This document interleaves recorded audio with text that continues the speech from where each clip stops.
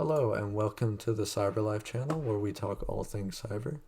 And today we are going to be showing you how to navigate the file system in Linux, which is going to be a little bit different than what you'd see in something like Windows where you use the GUI, which is the graphical user interface. So that would be things like your file explorer system. So that would be like, I could go into my Kali folder and look at all my downloads. That would be pretty much how you would access it like you would in Windows. But we are actually going to use something in Linux called the terminal. And this, we can pretty much do the same things we can do here, but it's on the command line. So we can pretty much tell the computer to do whatever we want. It's a lot more customizable and a lot easier to use. So to start off, there are definitely some commands that we need to know.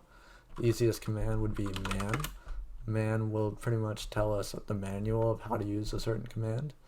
So first off, we're going to start by using pwd, which stands for present working directory, and you can even see it in the man page that is going to start that it says print name of the current working directory. And then this down here is the description. Oops, let me do that. This right here is the description, which shows you what it's going to do. And then it also shows you the flags, which is this little -L, -P, and the -help stuff. This pretty much gives you a little bit more access and customization to whatever command that you put out. So we're going to quit out of that.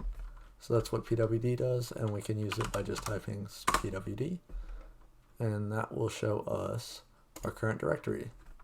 So if we ever wanted to back out of that and using cd ... that will back us out into our home directory, our home directory.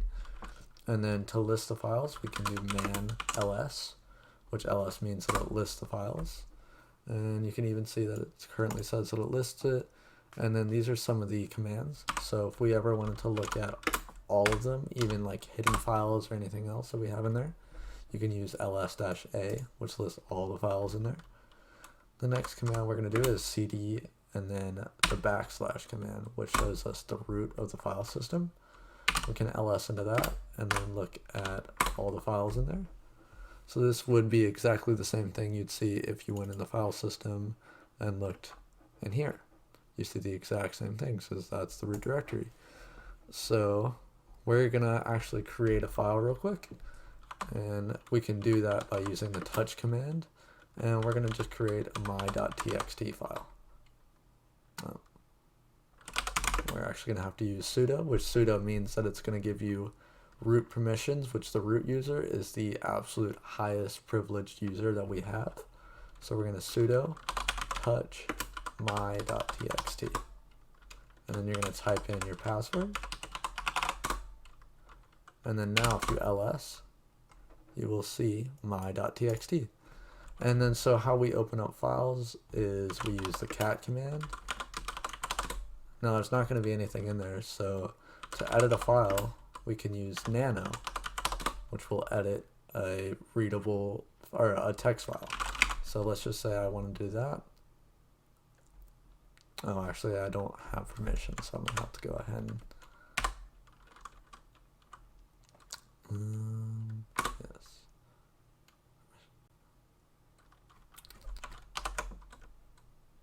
So yeah, I'm actually going to have to go elevate my privileges real quick, which is another good thing to learn in Linux. Control-C. And then we can use these things at the bottom to also navigate how we want to do things. And then no.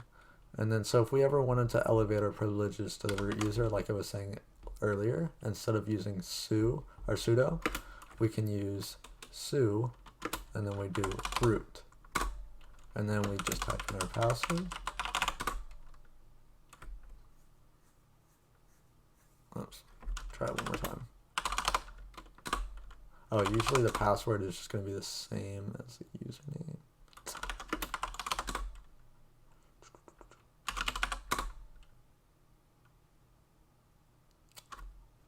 Hold on just 1 second. Sorry about that, I'm back now.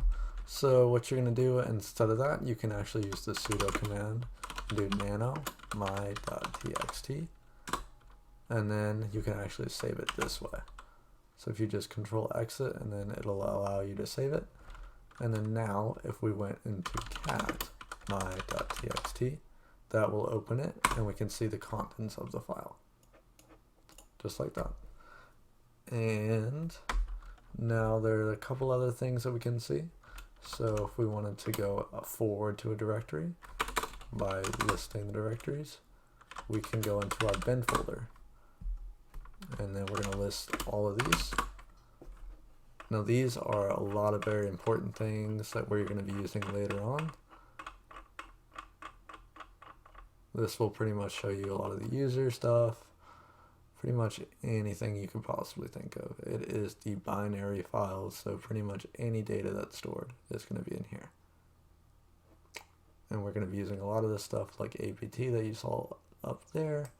That's going to be our file manager, so we're going to be able to use that a lot. We will be using on in a later video. And I think that's about it for this video.